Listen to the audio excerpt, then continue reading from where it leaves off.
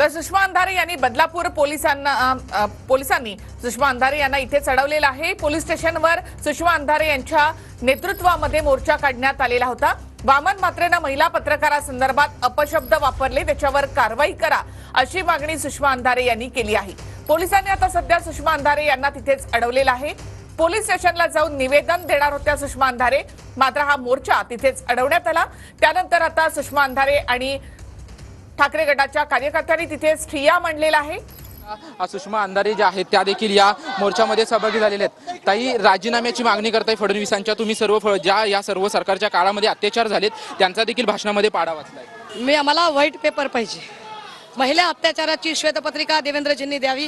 गेल्या 10 वर्षात एकूण 7.5 वर्ष देवेंद्रजी गृहमंत्री आहेत, त्यांच्या काळात या सगळ्या घटना आहेत।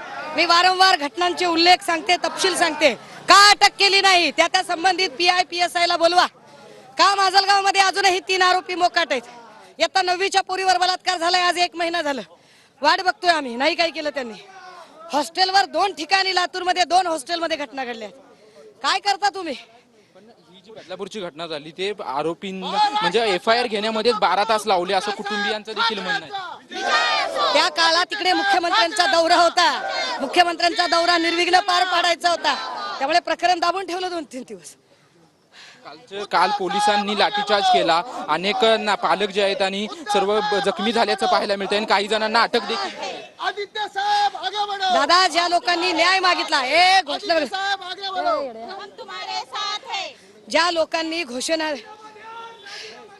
लोकांनी पालकांनी न्याय मागितला, तुम्ही त्यांच्यावर गुन्हे दाखल करता आणि जो वामन म्हात्रे अत्यंत घाणेरडी टिप्पणी करतो तुम्ही त्याला सोडून देता आणि अपेक्षा करता की लोकांनी शांत बसलं पाहिजे। का वामन म्हात्रेला अटक केली नाही? प्रश्न विचारणाऱ्या पालकांना अटक करता आणि वामन म्हात्रेला वेगळी ट्रीटमेंट का? का शिंदे साहेबांचा तो जवळचा आहे म्हणून मुख्यमंत्री आम्हाला म्हणतायत पॉलिटिकल मोटिवेटेड? काय करतायत मुख्यमंत्री? नाशिकला रामगिरीला त्या महाराजाला कोण जाऊन भेटलं? काय गरज होती? दंगल सदृश्य परिस्थिती निर्माण होते हे माहित असतानाही सरकारच जर स्वतः पाठीशी घालत असेल, सरकारच जर तिकडे थांबत असेल तर काय झालं? काय तुम्हाला काय वाटतंय? अक्षय शिंदेच्या ऐवजी जर एखादा अकबर शेख खान असता तर नितेश राणेने थैथयाट केला असता, आतापर्यंत अकांड तांडव केलं असतं। हलकटपणा आहे हा। तुम्ही जात धर्म आणि पक्ष बघून व्यक्त होता का? तुमच्या नजरेत लेकीबाळीची सुरक्षा, अब्रू काहीच नाही का? हा, काल दीपक केसरकर संध्याकाळी 8 वाजता आले होते, परंतु असं काय काम होतं दिवसभर? त्या पूजा तडस प्रकरणात स्तनदा माता आपल्या पित्या लेकराला घेऊन बसली।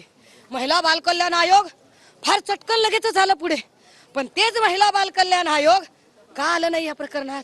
कुठे आहे महिला बाल कल्याण आयोग?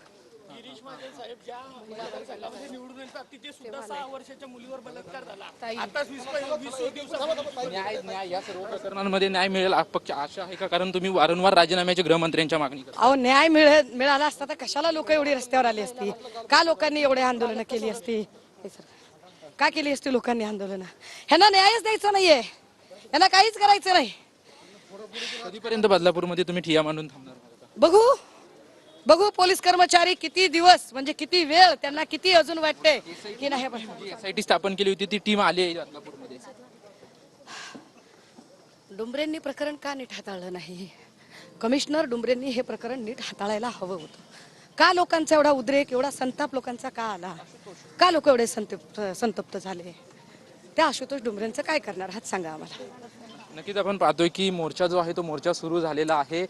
जे ठाण्याचे पोलीस आयुक्त आहेत ते का अजून लपून बसलेले आहेत? त्यांनी का व्यवस्थित प्रकरण हाताळलं नाही? गिरीश महाजनांना का पाठवण्यात आलं? स्वतः दीपक केसरकर असतील किंवा महिला आयोगाचे अधिकारी असतील ते का नाही आलेत? असे अनेक प्रश्न जे आहेत ते सुषमा अंधारेंनी या आंदोलनादरम्यान उपस्थित केलेले आहेत। कॅमेरामॅन सिद्धेश नाईकसह निवृत्ती बाबर, TV9 मराठी।